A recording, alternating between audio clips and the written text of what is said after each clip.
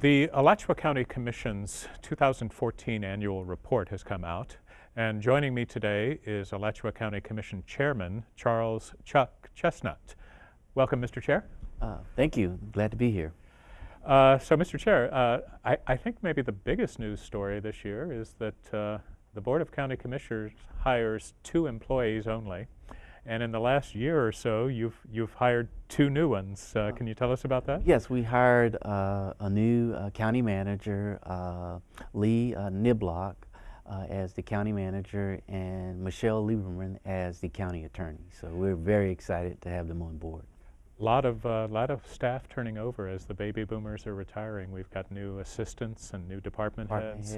It's an exciting time. It's an exciting time, and new employees to get to know and learn, and to also be a part of Alachua County. That's great.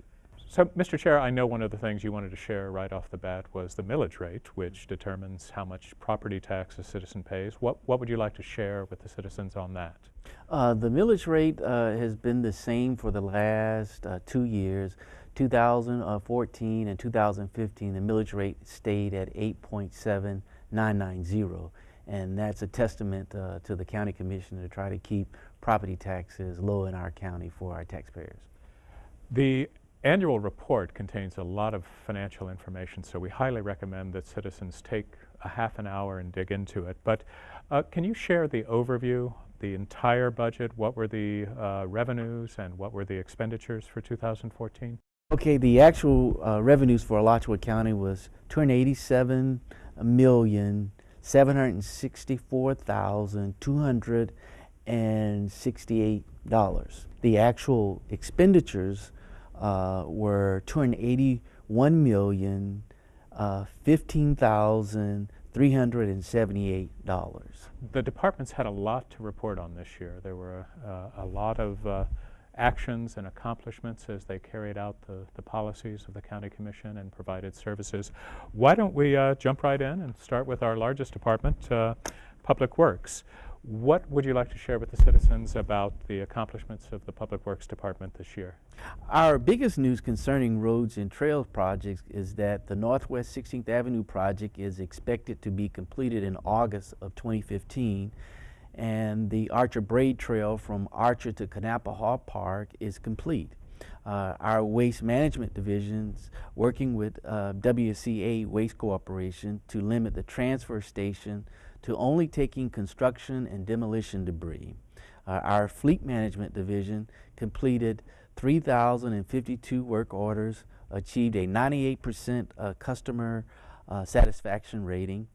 Our Animal Service Division had 6,156 animal intakes, 2,322 adoptions or reclaims, 2,493 animal transfers and adoption by rescue groups, and responded to 8,814 requests for services. Our Parks Division managed rentals at the Freedom Community Center, at Kanapaha Park, and Post Springs Lodge, utilizing 41% and 40% available time, respectively. Mr. Chair, I know a lot of citizens have keen interest in the 16th Avenue project. That's a transformational major east-west corridor. What would you like to tell them about that project? Well, 16th Avenue is, of course, an east and west corridor. There have been some complications with the construction and reconstruction of the road, and especially the retaining wall. So the due date of completion is August of this year, August of 2015, and so we're looking forward to that project being done because then the city will go construct or reconstruct 8th Avenue, so for the east and west corridor. So that gives folks a way to go east and west. And I know that it's been very important to the Commission to do this one right, Uh, just because of the importance of the corridor. Right, absolutely, because over the years we've had many complaints about that road, and now it's coming to fruition, and I'm very excited about it.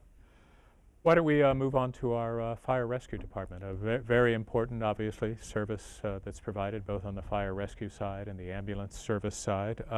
What would you like to share with citizens about fire rescue? Our operation division reported that the fire rescue was recently awarded a $2.19 million grant from the Federal Department of Homeland Security to assist with the staffing needs.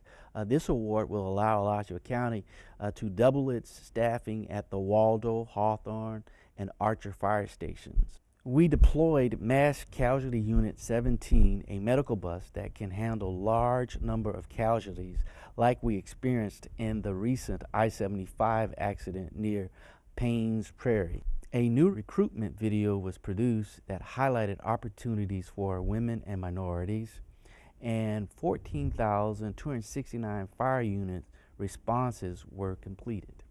Our EMS, or ambulance services, responded to 35,994 calls for rescue units and implemented text to 911. Our emergency management division conducted 5 Emergency Operations Center planning workshops and held a Emergency Operations Center functional exercise at full activation. So, Mr. Chair, that texting service is really a great thing for citizens, because there are times when you're unable to speak and you'll be able to just punch in 911 and get response.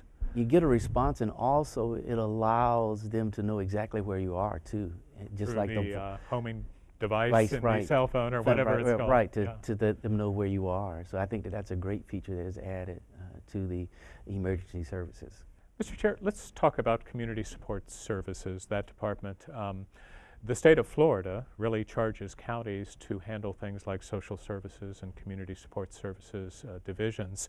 What would you like to share about community support services? Well, I'd like to share with the community what Alachua County does in terms of social services programs.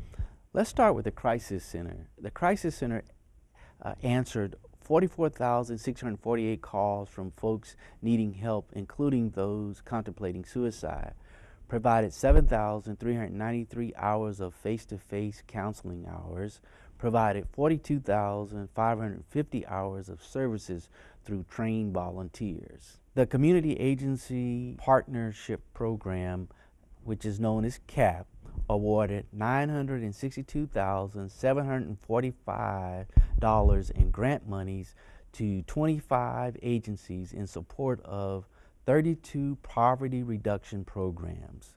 The Cooperative Extension provided 505 educational programs to our citizens on topics from landscaping to canning to premarital counseling to personal finance and many more. The Foster Grandparent Program received $374,670 in federal grant monies.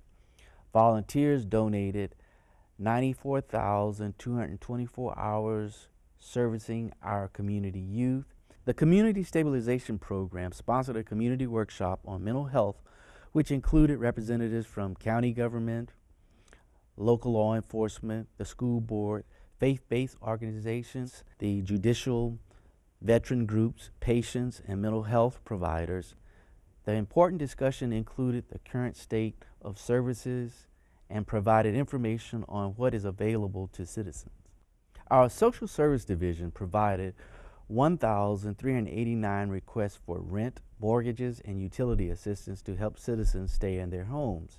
Direct services to 4,908 citizens, 144 burials and cremations, and 176 vision applications. The Veteran Service Office responded to 7,161 phone calls and assisted 1,495 vets. Also coordinated homeless veterans stand-down events, coordinated with 37 organizations and 46 volunteers to provide goods and services to 222 homeless vets, and also As a direct result of our efforts, almost $5 million in veteran benefits came into Alachua County. The Victim Services and Rape Crisis Center provided services to 13,510 crime victims, received $271,369 in grant funding, 15,333 citizens attended risk education presentations, 8,405 victims attended therapy sessions, counseling sessions, and support groups. And the State Health Department at Alachua County conducted 160,415 primary care visits for patients at or below the poverty level, and provided 40,606 contagious disease services to county residents. Mr. Chair, I know sometimes people, when they're talking about the Community Agency Partnership Program, the CAP program, some people characterize it as, is this the county giving to charity? But I know that's not how the County Commission views it. Can you talk about CAP a little bit? Yes, CAP is basically a program where the county is actually purchasing services from agencies to provide the services that we can't provide. And that's basically the gist of what the county is doing, which is basically providing or buying services rather than, as one saying, giving to charity. And going back to the county's charge by the state to provide social services, if we weren't contracting with these CAP agencies, we'd have to be providing these services ourselves. And we probably couldn't afford to provide those services with our current budget, so it's very difficult. So this way we get maybe 2 for 1 for our dollars when we go through the CAP program to purchase those services from agencies. And the variety of services is amazing, from food banks to child care to victims of battered women. Yes, mental health issues. Right. So it's great that we can purchase those services from those agencies.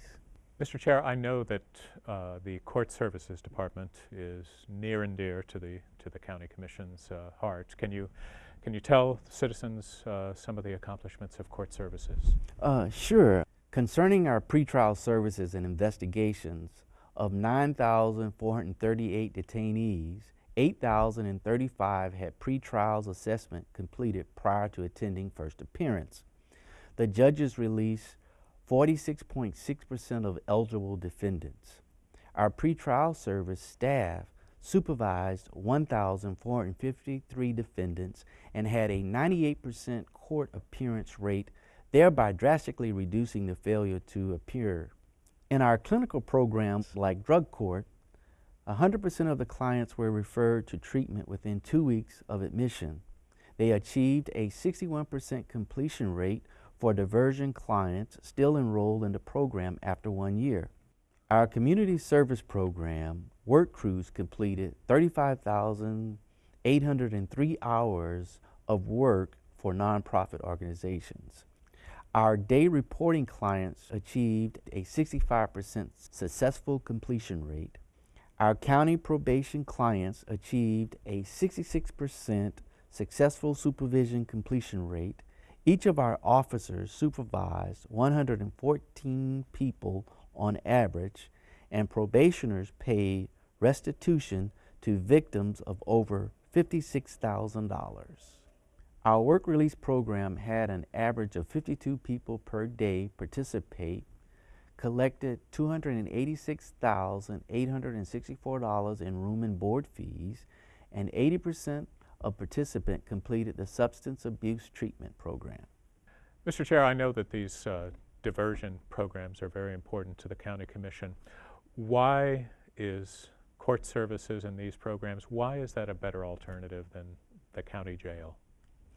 Because it keeps people with their families, and it also gives them the treatment that they might need, and it also prevents overcrowding in the county jail. So these are great programs to assist our citizens in our community, more than just say we lock them up and throw away the key. And that we give them services also. I know I've heard you say many times too that it's cheaper. Yeah. It costs a lot to It costs keep a lot. someone in jail every day, and these great programs are actually less expensive.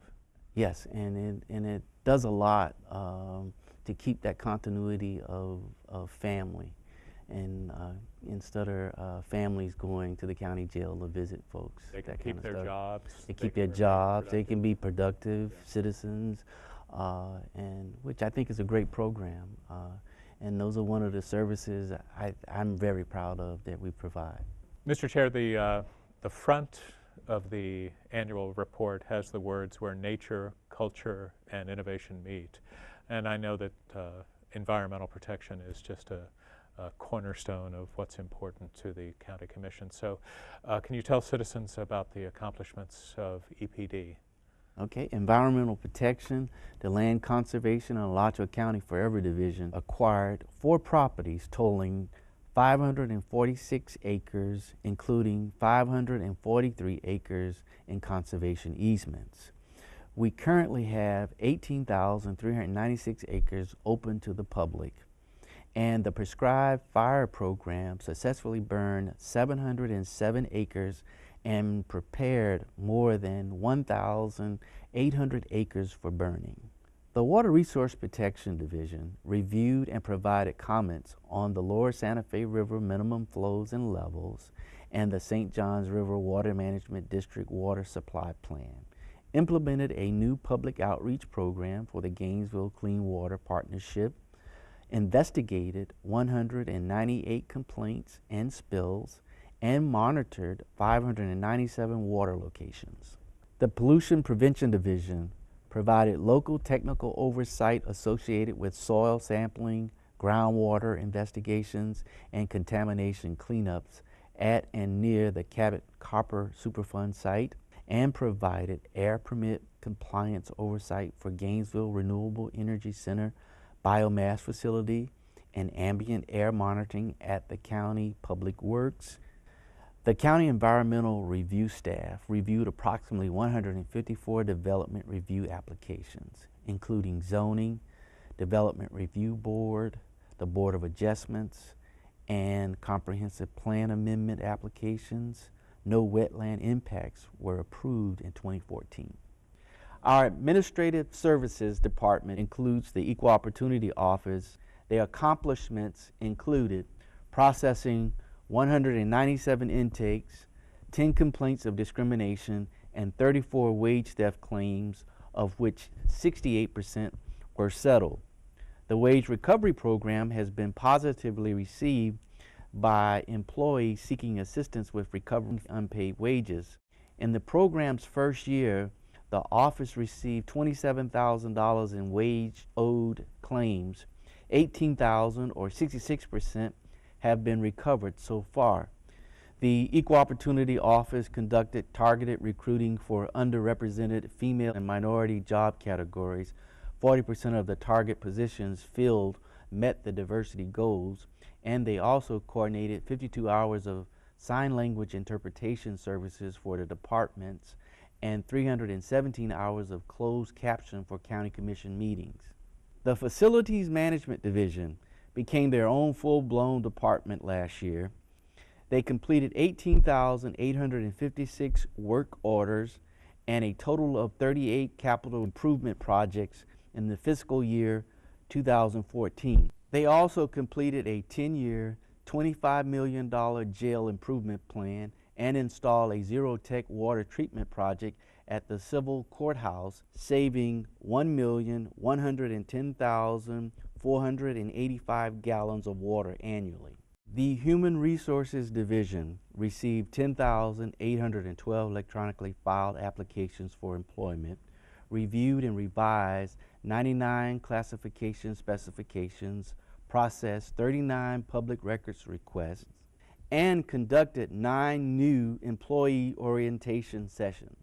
Organizational Development and Training conducted 56 classes with a total of 878 participants, which generated $2,470 in revenues for the general fund. They conducted a total of 5 retreats, 5 department consultations, and 8 department-specific trainings, and had 21 employees graduate from the Annual Management Academy. The Purchasing Division received the National Purchasing Institute's Achievement of Excellence in Procurement Award for the 5th consecutive year. They also completed 71 formal bid solicitations or bid renewals and 626 contracts, and conducted 14 training and public outreach events. Finally, the Risk Management Division sponsored 1,464 fitness classes and 75 participants in the Way to Go program.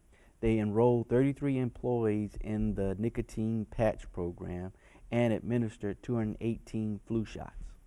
Mr. Chair, one of the things that makes Alachua County a great place to live is smart growth, good planning, and our growth management department is kind of the shepherds of the comprehensive plan, and they do a lot of very technical, detailed work. Tell us more about the growth management department. Sure. Our Planning and Development Services coordinated an economic development workshop with the Chamber of Commerce, prepared a staff report, and coordinated 4 workshops on the Vision Alachua Sector Plan Comprehensive Plan Amendment submitted by Plum Creek, and released the Map Genius web mapping application, which was awarded a 2014 National Association of County Achievement Award. Code enforcement received and investigated 619 code enforcement complaints, issued 131 corrected code violation and compliance affidavits, and received and approved 117 home-based business permits.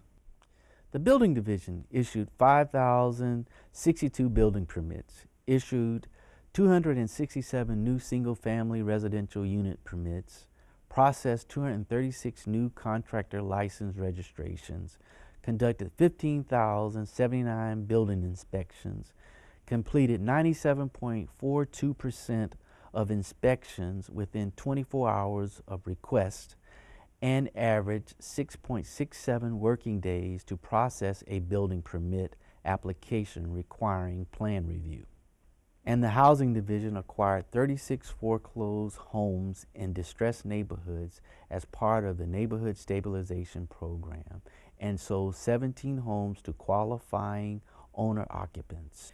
Our Information and Telecommunications Services Department includes the Applications Division, which upgraded the AlachuaCounty.us website to include a more informative homepage, easier navigation between and within the department sites, increased readability and accessibility for the vision impaired. Site design was altered to allow all contents to be viewed on any web-enabled device, and they also worked with finance and accounting to evaluate a new financial system for the county. The Network Division successfully installed 100% of the County Commission and constitutional officers' equipment scheduled for replacement under the County Computer Replacement Fund. The Security and Telecom Division upgraded the county's network firewalls to protect the network from malicious internet attacks, as well as secure the county's data storage. They also developed an advanced network authentication process that allowed county court services to meet the strict Florida Department of Law Enforcement guidelines for signing on to the network. And they blocked 70% of approximately 45,000 outside emails received per day via ITS security measures to contain spam and viruses. Under general governance, our county attorney presented state-mandated ethics training to the Board of County Commissioners, constitutional officers, and other local government officials. They created and assisted in the creation of several ordinances, including the e-cigarette ordinance, the lobbyist registration ordinance, amendments to the self-insurance ordinance, and an amendment to the noise ordinance. They also provided legal advice and guidance to staff on various major development applications and agreements. The county manager's office includes the Office of Management and Budget, which received the Distinguished Budget Presentation Award by the Government Finance Officers Association. This marked the 21st time they have received this prestigious award. OMB also coordinated agency-wide budget development to stabilize the financial position of the county, and conducted the 2014 Access Citizen Outreach and Educational Program. The Economic Development Office's achievements include receiving qualified target industry tax refund designations for biomedical technology and software companies. They also participated in Innovation Gainesville's Innovation Advocates Group. The Visitors and Convention Bureau completed a content creation project with Madden Media to place articles on visitgainesville.com and digitally market this content to visitors. Through the Tourist Product Development Program, local arts and cultural agencies were awarded more than $515,000 for marketing of events and capital improvement projects. The Office of Sustainability supported renewable energy and local food production by coordinating with the school board and the Florida Solar Energy Center to plan a North Florida Energy Whiz Expo and solar cook-off that took place in April 2014. And they also assisted growth management with continued efforts at streamlining renewable energy production through the Department of Energy Rooftop Solar 2 grant that will create an online permitting process for rooftop solar projects. The Communications Office televised and streamed 99 online county commission meetings. They issued 21 community update newsletters. They reached 26,000 subscribers on the county Facebook page and produced the annual report. Well, thank you, Mr. Chair. We want to let citizens know, and there'll be a web address under my hands here that they can go and they can get a detailed look at the annual report and really delve into county programs and services. But if you don't mind, may we look into the future a little bit? Sure. The state legislature is in session. I don't know if all our viewers know that you used to be a member of that legislature and Yes. are very familiar with what goes on up there. But the Commission has identified a number of issues that are its priorities, but three seem to keep rising to the top. The Florida Water and Land Legacy Amendment 1 that was passed, the Department of Juvenile Justice issue, and the expansion of Medicaid and bringing those federal dollars into the state of Florida. Let's start with the Florida Water and Land Legacy. What does the Commission want the legislature to do with that? Follow the wishes of the 75% of the voters who said conserve land and protect the water. Mr. Chair, the Department of Juvenile Justice issue has been lingering for years. There's how much the counties pay, and there's a backlog that the courts have said the state owes the county. So what are you asking the state to do on the DJJ issue? Be fair and pay us what they owe us. And then finally, Mr. Chair, the Medicaid expansion, accepting federal dollars. What are you asking for there? We want the legislature to accept the Medicaid expansion dollars so that our citizens in the state of Florida can have health care. Mr. Chair, thank you for talking with me today. It's been very educational, and I appreciate your time. Thank you for giving me the opportunity.